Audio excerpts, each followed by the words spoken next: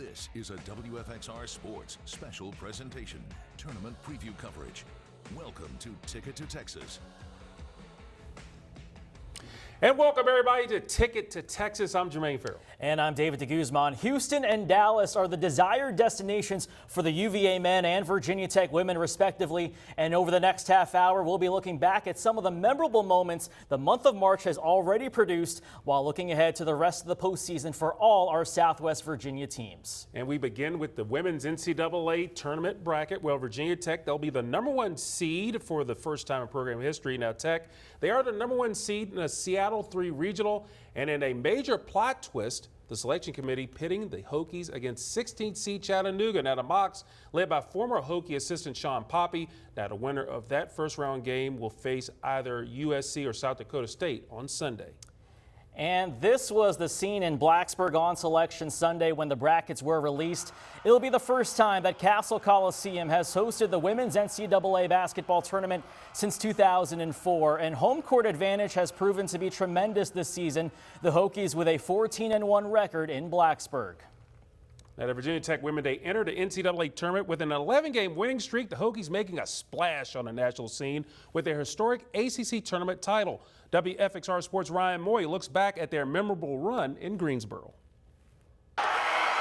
Exceeding expectations is something the Virginia Tech women's basketball team knows all about. These kids are motivated by a lot of different things. And, last year when we didn't get to finish the right way, we watched NC State win it. That fueled them. After defeating Louisville 75-67 in their first ever ACC final, the Hokies were able to capture a title that for many was just a dream. We would come in high school, and we watched the Erika Gumbawale, we watched Notre Dame, we watched Louisville win. So for it to be us and for Virginia Tech to have champions next to it is incredible, and I'm so happy that we've done this. We were going to win it from the start. We were saying we were going to win it, and we just all had to believe and give every single ounce of effort. So that effort was just a huge factor. And honestly, the way that Taylor Soule played, the way that Deja Gregg played, Liz Kitley, Kayla King, Kayana Traylor, all of them, that is all MVP. We're the best team, so equals out. With another milestone added to the Hokies' long list of accomplishments, the momentum from this win will propel the program forward. It's awesome to have that banner in Castle that's going to be there forever and remind me of it. I just can't say enough about Coach Brooks and what he's done for this program and for me personally. And it's just really awesome for everything that we talked about to happen. Georgia! It's so good for Virginia Tech and the women's program. It's so good for Coach Brooks. He's my coach of the year. He always will be. He's done so much for us, so much for the team. And just look at the program. It's just on an upward trend, and I think this has just really solidified what he's doing, and has solidified Virginia Tech as a legit contender, and I'm super proud of that because we deserve the respect. With all the players that have come through his program the past 7 seasons, Virginia Tech head basketball coach Kenny Brooks says his message to them has always been the same. I'm not going to sit here and say it's for everyone, but these kids, if you buy into it and what we're doing and believe in it, things like this could happen. And these kids bought in, they understand it. Their legacy will long live at Virginia Tech. We said it was going to be a special year, and it's come to. As the team prepares for the national stage, this moment of making history will live on forever in tournament and school history. And the Virginia Tech women bring a number of captivating storylines into the NCAA tournament, from Kenny Brooks becoming the first black coach to win an ACC women's tournament title to the storied legacy of Hokie veteran Liz Kitley.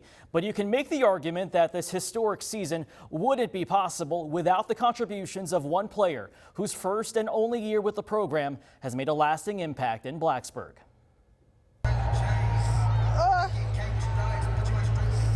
She's humble, but she works so hard for this. Yeah. It's all worth it. Yeah.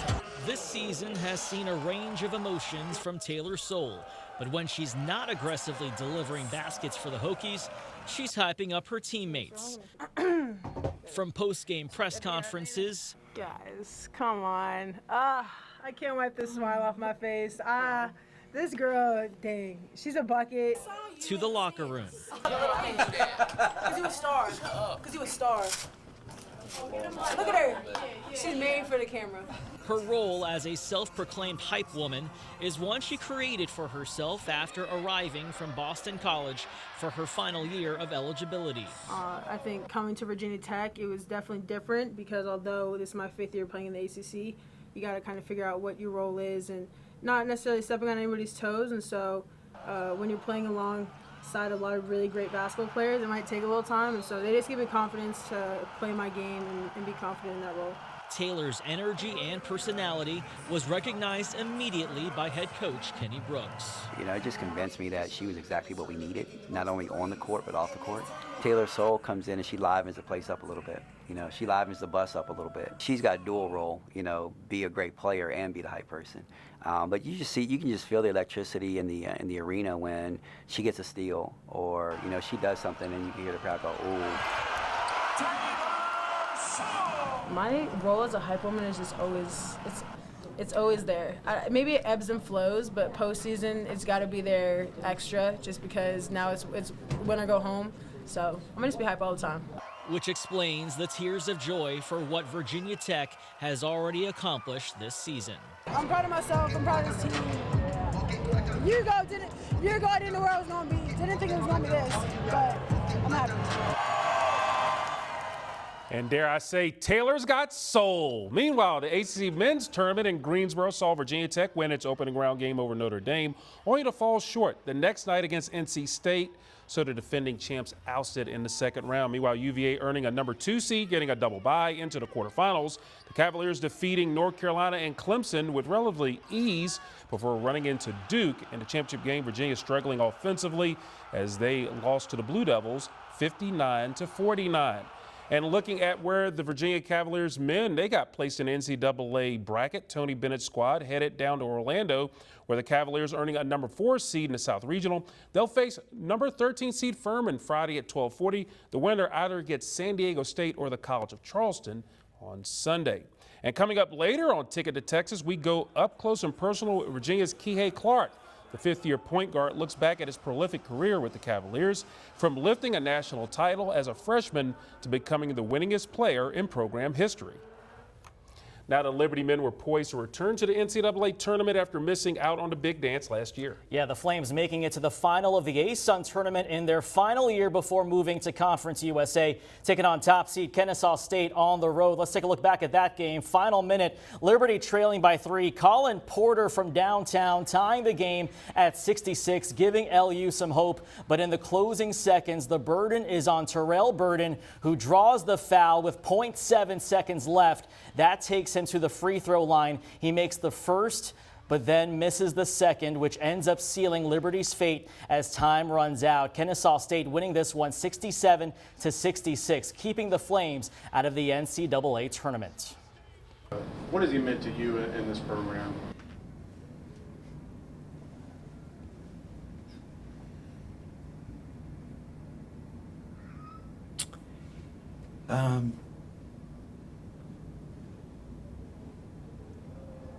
It's meant a lot. Love him to death.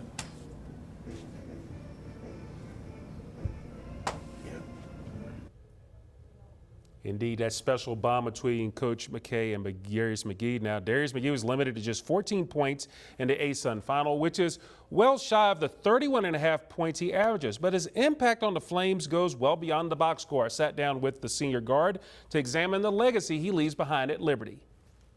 Does it seem like it's been 5 seasons? Yeah, it does, physically. Like after 5 years of college basketball, the sport is very physical. It put a lot of miles on your legs. So I think physically, I definitely feel like 5 years, but it's went by so fast. Like I think about all the relationships I've formed over the years. The road for Darius McGee to come to Liberty University started several years ago during his time as a high school basketball player. His Blue Ridge school team played Liberty Christian Academy in Lynchburg, and some of his future teammates were Elijah Cuffey. Coach Richie McKay's sons, Luke and Gabe, played for LCA. Coach McKay was in the stands, and then I think he connected with my high school head coach, and then the relationship started to form after that. The relationship has grown to be a success on and off the court for McGee and the Liberty Flames. Darius will go down as one of the greatest to put on a Liberty uniform. He is the Flames and ASUN all-time leading scorer. He's also a 3-time League Player of the Year. Darius has helped the Flames win ASUN titles and a pair of NCAA tournament berths to include the program's first ever NCAA tournament win his freshman season. And McGee's LU career has exceeded his expectations. If you would have told me I would be Conference Player of the Year, it was not on my mind, not a goal of mine. Like, I remember my freshman year, especially because I was like one of the youngest in the lineup, I just wanted to make sure like I didn't mess up things on the court. So I wanted to make sure I was as prepared as possible so those guys could achieve whatever they desired. So year 3, obviously I wanted to be the best basketball player I could be, but like, it never was to pursue accolades. It was just to win the games, and at the end of the day, I know if I had that pursuit, I would become a much better basketball player or a much better person at the end of the day. All right, still to come, we look at the Traylor connection, how these basketball siblings playing just miles apart from each other have strengthened their bond on the hardwood, when Ticket to Texas continues. And now, back to Ticket to Texas. On the night of February 19th, Radford men's basketball coach Darius Nichols was arrested and charged with driving under the influence. According to court documents, the 36-year-old had a blood alcohol content that was 3 times the legal limit. Nichols was released on bond and later pled guilty to intoxicated driving. A judge imposed a $2,500 fine and suspended his driver's license for a year. Radford University reinstated the head coach on March 6th.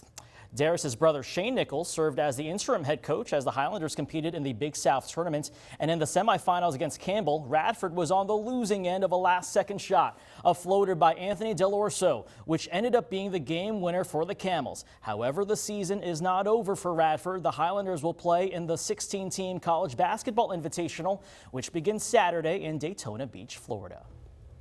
And we're now joined in the studio by WFXR's Ryan Moy. And Ryan, you have a story of a family affair on the hardwood. Oh, absolutely. Well, it's not every day that athletes get the chance to play on the Division I collegiate level. And it's even more rare that sisters Kiana and Ashlyn Traylor get the opportunity to play college basketball for 2 different programs just 25 minutes away from each other in the New River Valley. I got the chance to catch up with them to talk about the impact family and basketball has had in their lives. For Virginia Tech senior guard Kiana Traylor and Radford freshman guard Ashlyn Traylor, playing basketball in Southwest Virginia was a bit of a coincidence. My coach had mentioned to me that someone over in Radford was kind of interested in her, so it kind of like started like that, honestly, but obviously all credit to her. She had a really good year. I knew about Radford just because it was so close to Virginia Tech. And so I was like, oh, I want to go to Radford before I even had gotten offered or whatever. And it's also come with its fair share of unique experiences. I think it's just nice having somebody that you're comfortable with, somebody you know, somebody just close in the area, even if we don't get to see each other all the time, because obviously we're both super busy, but just knowing that we have somebody down here has been cool. Hitting the court comes easy for the Traylor sisters, especially since the game of basketball has always been a family affair growing up in Indiana. Our family has always grown up around basketball, so it's kind of in our blood at this point. Yeah, I would just say it's been a lot of fun, a lot of competition, but at the same time, we really do just want the best for each other. It's never a competition within ourselves. The love of the game spans generations of the Traylor family tree. Their Aunt April Traylor carved out her own path over at Florida State University, while their mother played for Louisiana State. For both Kiana and Ashlyn, it's what they learned from their mother that's continued to not only guide their careers, but their lives. I mean, she's a single mom of 4 girls, so that in itself is I can't imagine everything. I'm sure I don't even know everything that she had to sacrifice, but I'm just speaking on terms of say we played at the same time on the same day. She had to go to one and send us with somebody else and kind of take turns, just small stuff like that, and just always really putting us first. That she's the most selfless person I know. So yeah, I would say just unlimited unselfishness, really. I want to say she cut herself short, but in terms of basketball, she kind of did, just so that, like, you know, she did have us and, like, could have a family. So I think that, like, basketball-wise, she kind of, you know, did sacrifice a few years. When Kiana and Ashlyn compete, they also make sure they lift each other up. The role that we play in each other's life, and even like me and my sisters, like it's always just like positive reinforcement, like just encouragement, like I said, and just really letting her know that I'm proud of her. Like regardless, it doesn't matter if you go score 20 points or 6 points, it doesn't matter. She listens to me just as much as I listen to her, so regardless of the age. As their basketball family thrives on the court, the game itself continues to bring them closer together. Well, unfortunately for the Radford women, the season ended in an overtime loss to Gardner-Webb in the Big South semifinals, but you can bet that Ashlyn will be cheering on her sister as the Hokies begin their NCAA tournament run. Ryan does a great job, the sisterhood of the Trailers, so it's good stuff there. David. All right, still to come. From a national championship run to breaking school records, Kihei Clark has become one of the most accomplished players in UVA history, the point guard putting his career in perspective when Ticket to Texas continues. With Kihei, I thought his ability to put heat on the ball and then just make timely plays, and his quickness and his competitiveness fit so well with, at the time, you know, Kyle and Ty and DeAndre, Jack Momney, Braxton, that team, all those guys, but especially with them. So, you know, a lot of people in the recruiting process, it's a big thing. Well, am I going to get an opportunity to play? You know, here you don't play freshmen or first years, or is that's a question that's asked. And my response is, if you're good enough, you'll play, or if you are good enough and there's an opportunity, you'll play. Sometimes it's just not the right time, but you know, we've had some guys when they're ready and they help, they're going to be on the floor. And again, I think because of how he's wired and, again, the players he played with, that was he was the right complement, and obviously it played out that way. Interesting perspective there from head coach Tony Bennett, discussing one of the most accomplished players in UVA program history, of course, Kihei Clark. Now, David, Clark stepped in as a freshman. He helped the Virginia Cowboys win the national title back in 2019. Now, before the fifth-year guard gets set for his final NCAA tournament, I sat down with Kihei to look back at his career. Well, outside, understand like the life that I'm living here. You know, I think I always say I'm living my best life here, and with the coaching staff, just the opportunities that I have in Charlottesville, the community, the students, the fans. You know, JPJ is an awesome place to be, and just the close-knit family that this team has grown into. I wouldn't change anything. Kihei Clark's road to Charlottesville from Woodland Hills, California, was connected to head coach Tony Bennett. Clark caught Bennett's eye during a recruiting trip to the West Coast. And the rest, they say, is history. He means a lot to me. He took a chance on me. He's the most genuine coach I've ever had, one of the most genuine people I've ever met. But he's an awesome guy, great coach. I thank him for everything, you know. Taking that chance on me when other coaches wouldn't, especially at this level, just shows the type of person that he is, and I thank him for everything. As the clock winds down on Clark's college career, he's had a career many players would love to have. In his 5 years at UVA, he started the most games for the Cavaliers, has the most assists for the program. He's also the winningest player in ACC history. Clark also has ACC titles and a national championship to boot, leaving a lasting legacy in Charlottesville. Probably just a winner. You know, I'm competitive, but I love to win, and I'll do anything to give my team a chance to win, and I'll lay everything on the line. So I'm a competitor. And David, so great to see how Kihei has grown in front of our eyes over the last 5 years. Never forget his role he played in that 2019 championship run. Right. Kihei Clark, there will never be anyone quite like him. All right, stay with us. Ticket to Texas returns right after this. And now, back to Ticket to Texas. Well, you know, the Commonwealth is actually pretty well represented in the postseason. The A-10 champs and the VCU Rams earning the 12th seed in the West region and will play the 5th seed St. Mary's Friday at 2 o'clock in Albany, New York.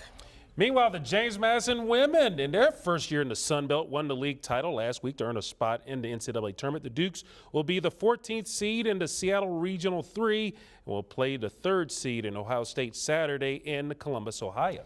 And Norfolk State women, champions of the MEAC, getting it done. They are the 16th seed in Greenville Region 1. The Spartanettes will play the top seed in South Carolina on Friday at Columbia, South Carolina. The Gamecocks are the defending champs.